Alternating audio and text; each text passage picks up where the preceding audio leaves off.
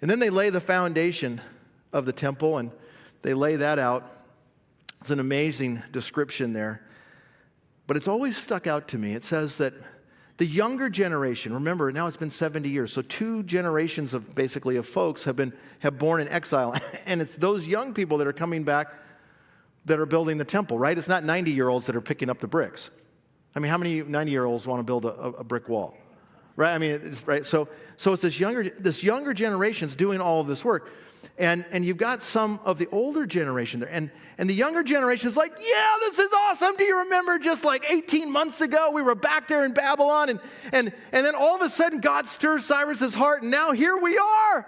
We're back in the land of Abraham, Isaac, and Jacob. This is a God moment. Man, they were excited. But then there was the older generation. Oh, for the good old days. I remember what Solomon's temple looked like. This is rubbish. Have you ever met an old geezer like that?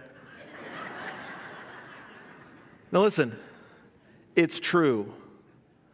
The second temple did not compare with the gold and the cedar and the architecture of the first one. It's true. But while the older generation is whining about, let me say it this way, the stained glass windows that aren't there, the God of heaven will send Haggai, and he says, you know, that was a nice building. You had the Ark of the Covenant. Well, you're going to have the Son of Man in the second one. And this was, as, you know, all of a sudden I looked in the mirror the other day, and I'm like, I'm getting old. I don't want to be one of those crusty old geezers like that. What we should say to the younger generation is, God's got something for you to accomplish. Rise up and do it for his glory. It's not going to be easy, but you need to do it. And then when it happens, you celebrate with them. You bring the pizza. You bring the Mountain Dew. You bring the German chocolate cake. And you celebrate with them.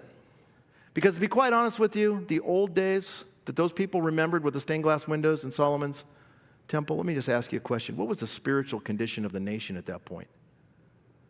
It was deplorable to God, so deplorable that he sent prophet after prophet after prophet and let them be carried off.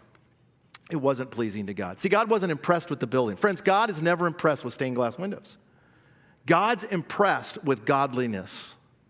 That's what he cared about then, and that's what he cares about now.